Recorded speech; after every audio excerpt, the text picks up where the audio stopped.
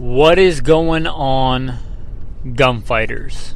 Saddle up for another episode of Gunfighter Life, the podcast where we talk about gunfighting the right way, with God at the center, Judeo-Christian values, and real-world first-hand experience.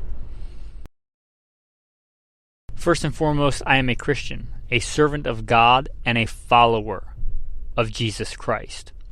God has blessed me to do many things in my life, for I could do nothing apart from Him. U.S. Marine Corps combat veteran, did a couple of tours in Iraq. As an assaultman after my combat tours, I was an urban warfare instructor for the Marine Corps under Mojave Viper. Also served in the U.S. Army, both full-time and part-time National Guard. Also did several years in law enforcement, LAPD. I worked regular assignments and more specialized assignments. Been a private contractor for a 3-letter government agency. That's all I'll say about that. Been blessed to be a state rifle and pistol champion and West Coast regional rifle champion. Won more shooting competitions with the talent that God's given me than I can actually remember. Was blessed to be the commander of a tactical team in a large metropolitan area. Our primary job, the reason we primarily existed, was to stop active shooters. I got the opportunity to head up and be the commander of that team. I grew up around guns, hunting and shooting and competing at a very early age. Been blessed to hunt all over this beautiful country, from whitetail on the East Coast to mule deer on the West Coast, and bear and elk and all manner of things. I've even been a professional big game hunter and guide. But again, most importantly, I'm a Christian. And I am your host, Michael Melito. Welcome to Gunfighter Life. Alright, Gunfighters, let's get into it. The best guns going in to 2023. Now I'm going to caveat this by saying not the guns that are coming out in 2023. If you've listened for any length of time, you'll know that I'm not a big fan of running out and grabbing something when it first comes out. They often have issues. I'm saying going into 2023, if I were buying a carry gun, if I were buying a full-size handgun, if I were buying a revolver, out of all the choices in 2023, what would I choose? The best guns going into 2023. That's what we're talking about. Let's get into it, men. I'm going to start out with carry guns. With all the market, with everything, what carry gun? Now I'm going to caveat this again by saying I carry a full-size handgun most of the time. That is my go-to carry. I like a full-size handgun, a full-size fighting handgun day to day. But most people don't. So if I was the average, what most people would carry, what would I choose? Out of all the market, out of all the handguns, I'm going to start by saying I'd go with a 9mm. It's almost ludicrous not to nowadays. It's the de facto defensive handgun cartridge, and I think for good reason. So it's going to be a 9mm, and a size I think most people would carry or could carry easily. And for me, that's going to be the SIG P365 XL. The P365 XL is a good balance, shootability, capacity. It's been around a while. Some of the very early ones had issues, but I think they've been worked out. They're a decent size. I think most people could carry them if they wanted to. I would get the model with the optic. Even if you don't want to run an optic, if it gives you the option, why not get the optics ready version? Polymer striker-fired handguns do have their advantages. The Easy Manual of Arms would be one of those. I don't even own one of these, but I do have quite a bit of experience with the 365 XLs. The grip is pretty ergonomic for most people, and if you don't like it, you can get aftermarket stuff. There's a ton of aftermarket grips. If you don't know, it's a modular handgun. A lot of people know that about the 320, it's modular, but the 365 is also modular. It has that chassis system, meaning if you don't like the grip module, you can switch it out. It has a decent capacity, 12 to 15 rounds. Somebody probably makes more. That's plenty in my opinion, for a carry gun. It comes with a decent slide, decent barrel. It comes with really good serviceable sights. I believe it even comes with night sights. It's readily available. It's a popular model, so there's going to be a decent amount of holster options for it. And it shoots like a much larger handgun. The recoil on that handgun is very minimal for the amount of firepower that you get and the size of it. Again, I don't even own one. I generally carry a full-size fighting handgun. But if somebody were coming to me, the audience, you guys in this case, and you asked, carte blanche, no other caveats, I want to get into concealed carry in 2023, what handgun do you recommend? I would recommend the SIG P365 XL. The next one, somebody wants a revolver, a short concealed carry, let's call it a pocket revolver, a pocket gun, a smaller option, a super lightweight option, a little bit smaller than their day-to-day carry gun. I was thinking about this, and I love my Smith & Wesson J-frames, I really do. But talking about that 9mm being the de facto handgun cartridge, if I were choosing today, I'd recommend the LCR Rex in 9mm. Because again, 9mm is that ubiquitous round. Most people that are looking to get into revolvers, if it's not their very first gun ever, they probably already have 9mm.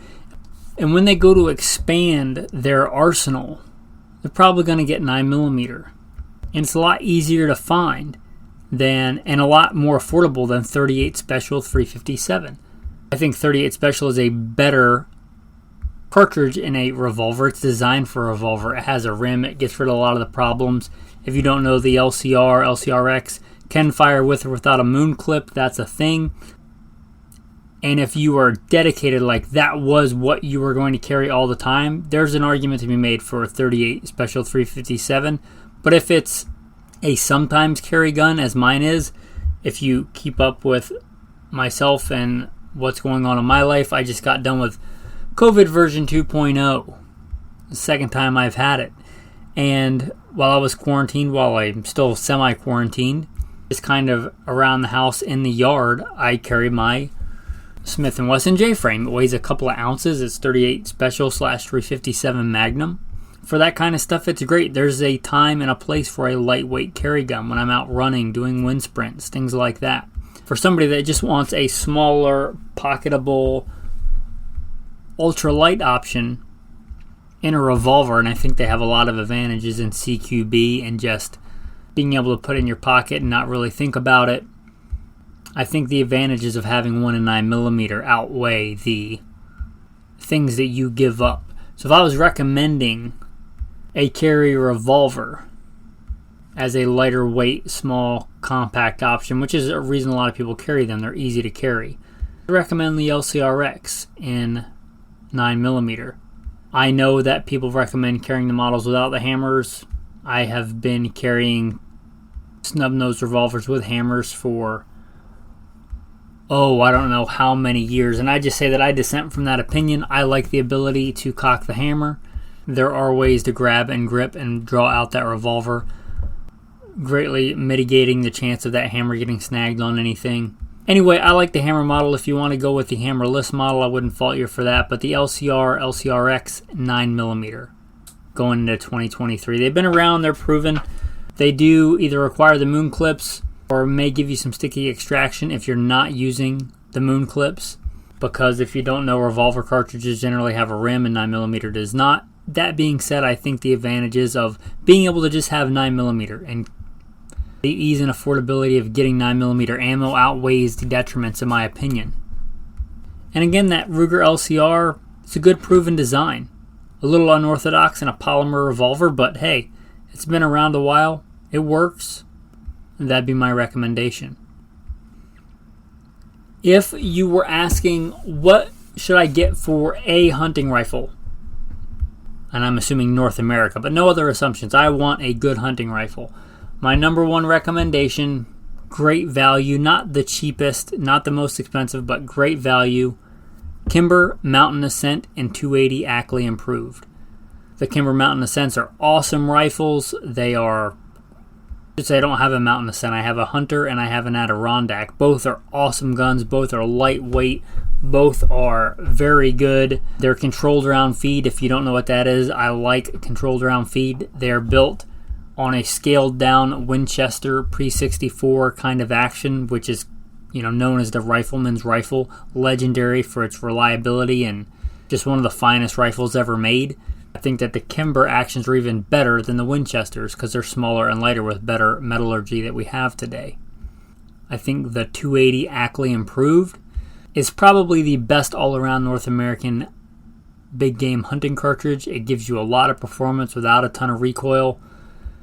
It's not the easiest round to find, but it's not super uncommon. And in a hunting rifle, you probably aren't stockpiling thousands of rounds like you might with 9mm or 223. So I'd really recommend that. If you wanted a different caliber, I wouldn't fault you. But the Kimber Mountain Ascent and 280 Ackley Improved, that'd be my choice for just a really good hunting rifle. If you wanted a budget option for that, Savage Axis, and take your pick, 30-06, 308, 6.5 Creedmoor, 243. A Savage Axis, a lot of them come with that 3-9 scope. Hunt with it, beat it up. Every one I've had has been crazy accurate. For a budget-minded person, that would be a great choice for a hunting rifle. For a shotgun, I really can't recommend anything more than the Mossbergs. The Mossberg 500s, the Mossberg 590s, depending on just what style you want. But the Mossberg 500s and 590s really are the go-to shotgun. They're trusted. They're very well made. I used to like Remington 870s better when they were made well and when you could trust the quality control. I don't know that I do anymore. In fact, I don't anymore. Maybe in the future that will change, but right now, if you want a recommendation, Mossberg 500 or 590s. If you don't know my grab and go, if the peanut butter and chocolate is hitting the fan and I can only have one long gun to, bring the last version of the King James Bible to San Francisco, mine is going to be a Mossberg 590. Specifically, mine is a Van Comp 590S, meaning it can shoot the short shells. I really like it. I did an episode comparing that to the Benelli Tale of Two Shotguns. Anyway, it's a fantastic gun. They're not overly expensive. The Van Comp models aren't cheap, but they're not, even those I think are a great value. But the Mossberg 500, 590s, fantastic choice. 12 gauge, 20 gauge, depending on what you want. But they're the best game in town for the value. Hunt anything from a mourning dove to a grizzly bear. Robust, affordable, proven design. Good choice. Now once you got your defensive handgun, your shotgun, you may want a 22 handgun for training, for just fun and mastering the fundamentals. I think that's a wise choice. I am going to recommend the Ruger Mark IV 2245. I've had many 22 handguns over the years. I really recommend that gun. I was out shooting mine today. They make a couple of different models. If you want to hike and stuff with it, maybe get the light model. And the reason I recommend the 2245 Mark IV version is it has a 1911 grip angle, which a lot of other handguns do. Not Glocks, but a lot of other ones do. So it feels more like a traditional handgun. So if you want to master those fundamentals. The regular Mark series kind of have a very extreme grip angle, which may be a hindrance transferring those fundamentals back and forth between that and let's say a more traditional handgun. So I recommend the 2245 Mark IV specifically. They are so much easier to take down and clean. The Mark 1, 2, and 3s are great guns, but they are not fun to clean at all. I cannot overemphasize what a pain in the butt they are to disassemble and clean and reassemble. The Mark IVs. 22 handguns, they're phenomenal. Now, the AR. Now this gave me quite a bit of thought. I've been thinking on this episode for a while. And if I were going out today buying the one AR, and caveat, like I was going to trust my life to it. I was doing contracting work again or something in the private sector. I was going to trust my life to this gun. This was going to be my go-to AR. If it were me and my money, I think I'd get an LMT. They have the reputation. They're good quality manufacturing. They're not cheap. They're not the most expensive on the market. LMT is proven. It's a proven gun. I would get the piston versions. That's just me. I prefer a piston if I can get it, and a good one, and I think theirs is. But they have their patrol models, which are your direct impingement if you just want a basic AR. Patrol models, they're not cheap, but they're not crazy expensive. If I were going to trust my life to it, I think they have the reputation and the quality control that's probably what I would go with. Now my runner-up for this would be quite a bit cheaper. Still not a cheap gun, but the Smith & Wesson M&P Performance Center Edition. I got to handle one of these from one of the reps, and even before that, you know that I have recommended the Smith & Wesson M&P as kind of a go-to standard. I've recommended them for years and years. Their Performance Center Edition is stuff I'm probably going to do anyway. Why not get the manufacturer to do it? They're probably going to do a really good job at it. You know, a free float handguard and things like that.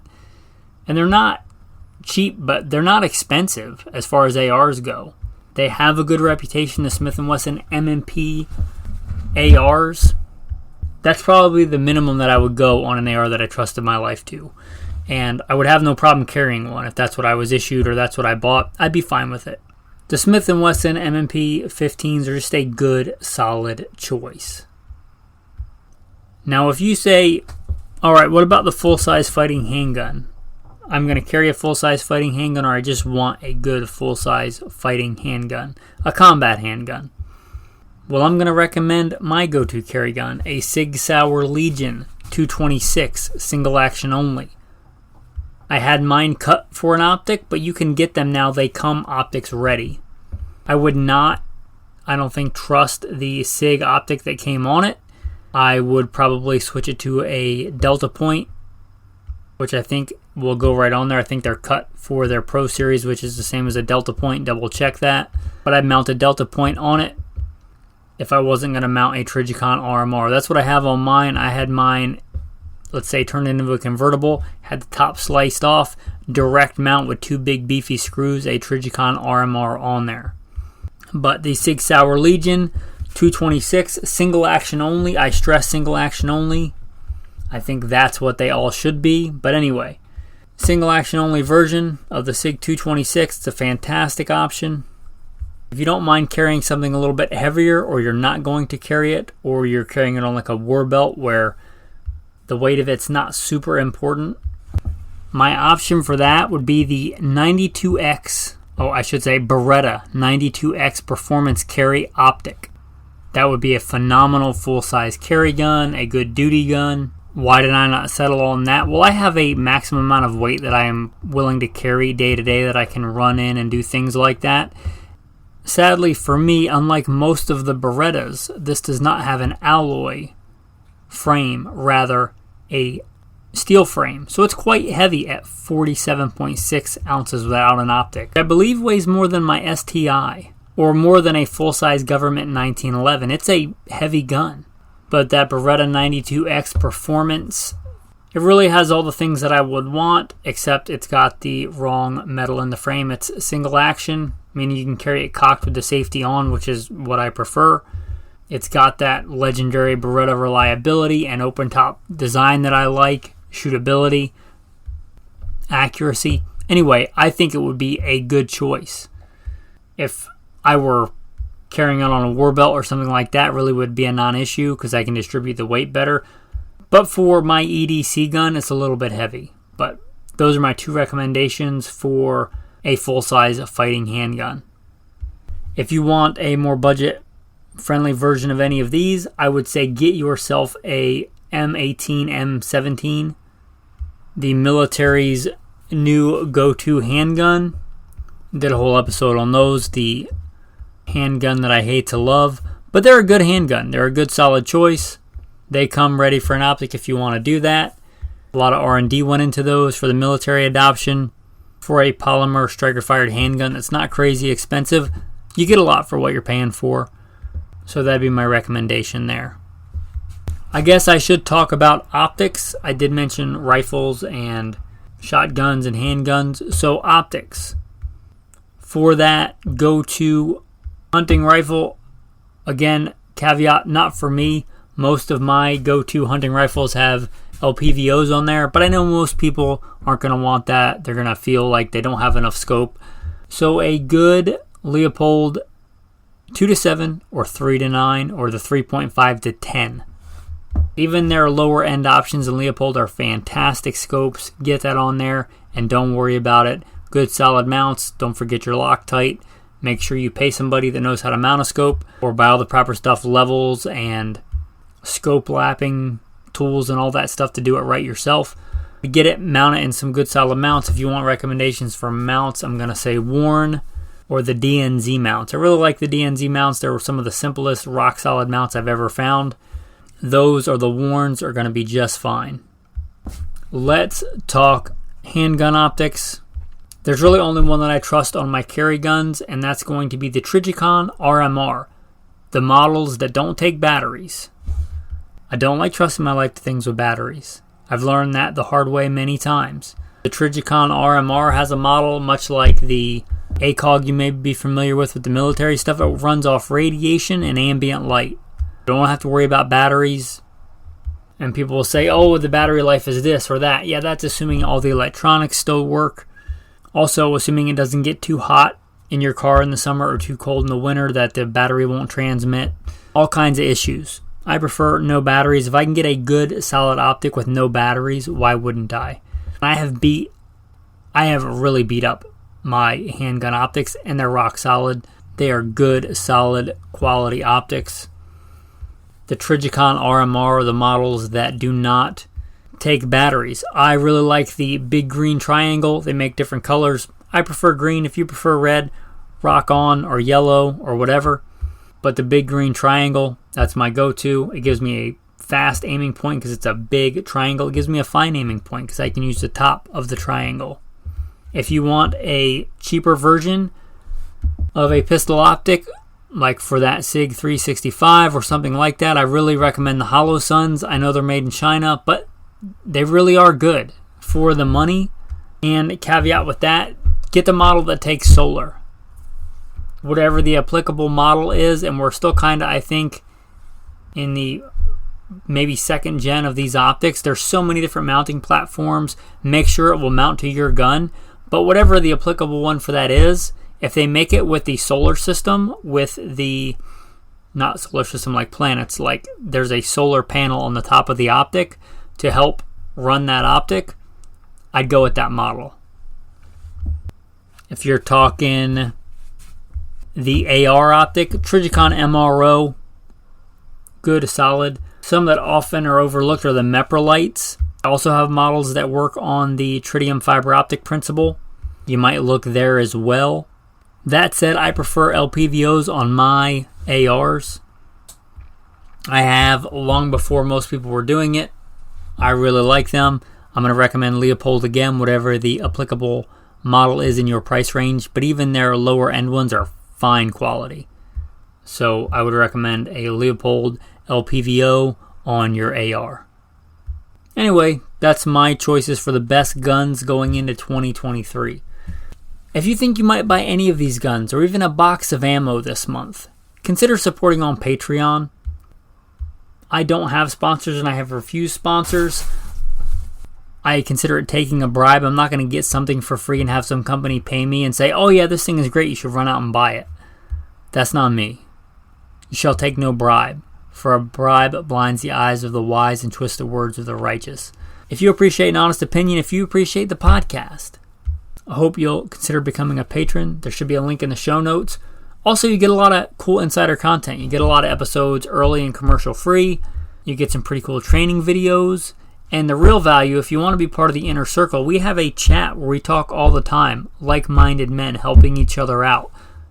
I am humbled to be a part of that group, and I am humbled that men all around the world step up and want to contribute to the podcast.